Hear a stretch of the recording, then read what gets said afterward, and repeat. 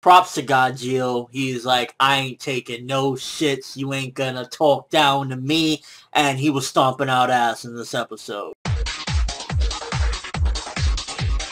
So I want to start off with talking about the art and animation in this episode. Very beautiful, especially in the second half. A lot of the scenes where it looks like the sun is setting, it just looked really nice, the way they did the lighting and everything. And just overall, the art and animation was pretty fucking awesome, especially the art in this week's episode of Fairy Tail. I don't know if they got their A-team to do it or something, but I was just like admiring the sunset, the scenery, the way the characters were shaded in. It was like they did some good shit. Now you can definitely see that there's something mysterious going on in the back of everything, you know, aside from the fact that Future Lucy is here. You have this shadow thing, this beast that basically took over Rogue, and then at the same time you also have that people are suspicious of Future Lucy's story, because Future Lucy basically said she came one day, they say the next, and it's like, you know, things are looking real confusing. You got Arcadio's doubting her, Jalal doubting her, and Arcadio's been on this situation for a while, so if anyone's gonna know all the facts, it would be Arcadio's. And kind of likewise with Jalal, because yeah, he's been following this hooded person for a while now. So definitely something is looking very mysterious, and I like how they're playing up the mystery. Very similar to how the manga did it. Of course, it's for the most part the same way. It's really just making it more intriguing and making you wonder just what the fuck is going on. Is Future Lucy evil? They're really making it a nice little mystery, and I love mysteries, especially in like little situations like this where the future of the world is at stake. I am so glad they didn't extend the fuck out of that particular part with the dude inside of the dolphin.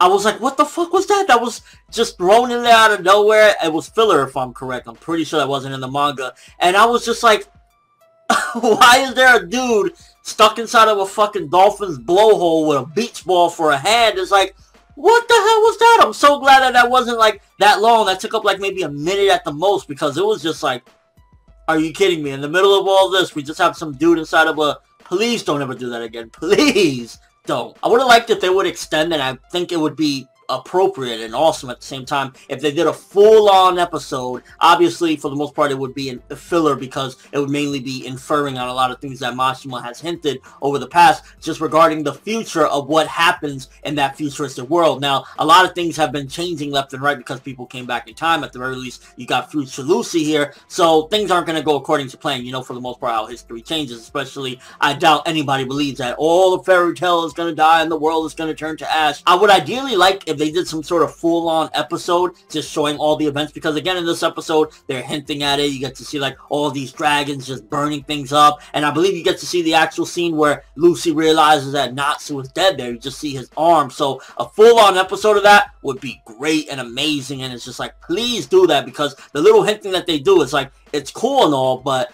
this needs to be shown all the way through, especially in the anime, the way they have that beautiful animation for those particular scenes. Let's get full-on coverage of what's supposed to happen, opposed to what probably will not happen, because again, they're going to change things one way or another. The world ain't going to burn in Fairy Tail. Why was Rogue stepping up to Gajeel? I mean, I called it a while back, but at the end of the day, Sting and Rogue, you know, they're fanboys for the most part of Natsu and Gajeel. And this week's episode, while he tried to, you know, come across as badass, like, yeah, man, you know, I admired you when you were in Phantom Lord. I looked up to you. We find out he didn't really look up to him, because even Gajeel is like, yo, bro, you feared me. You didn't look up to me. There's a big difference. And it seems a little bit fucking weird at the end of the day. I mean, I know we've seen Natsu just eat about every fucking element you could think of, but he just straight up grabbed the shadow and just absorbed it and ate it. It's like, so now he's on some super iron shadow dragon slayer mode. It's like, Gajeel is fucking OP as fuck. It makes a little bit of like no sense. Like, what the fuck? How did he swallow a shadow, especially an evil shadow at that?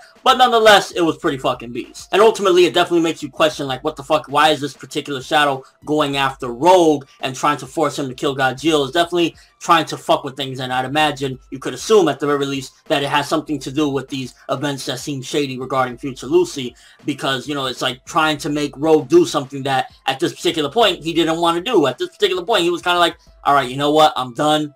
I've looked up to you. I'm not going to fight anymore. And this is trying to change what Rogue does at this point. So definitely you can see that there's some involvement with that shadow. Overall, this was a very good episode as far as like it progressed things. It had very good art and animation. A few of the things that I would say, first of all, that filler with the dolphin was like totally threw me out of the loop, and it was just ridiculous and random. Thank goodness it was just only like a minute, so nothing really too bad. Also, I would like for them to extend upon these scenes that we see of the future, because we get like little glimpses here and there, and it's like, it looks so fucking badass and sick that like, I want to see what happens in this future world. Obviously, people are going to get destroyed, but how did it go down? Who went down first? A lot of questions go in my mind when I see, like, this future of what might happen. It's like, can we get some coverage of that? And also the whole thing with Gajeel swallowing the shadow, it's kind of like, it feels a little bit ridiculous, but at the same time, it's kind of like, well, Natsu fucking ate everything. He's eating shit magic, so why not Gajeel? I'm gonna give this episode 8 out of 10. Very good stuff for Fairy Tail. It was just like, yo, you got Gajeel beating the shit out of Rogue. You got some mysteries afoot. You got, you know, advancement regarding Natsu and them going through the palace. So you got a lot of good things going on with this episode, and it just looked marvelous as far as the art goes. Like, I can't stress enough how beautiful some of the scenery and some of the scenes with the characters just look amazing. Like, and next week's episode as well, they showed a little bit of a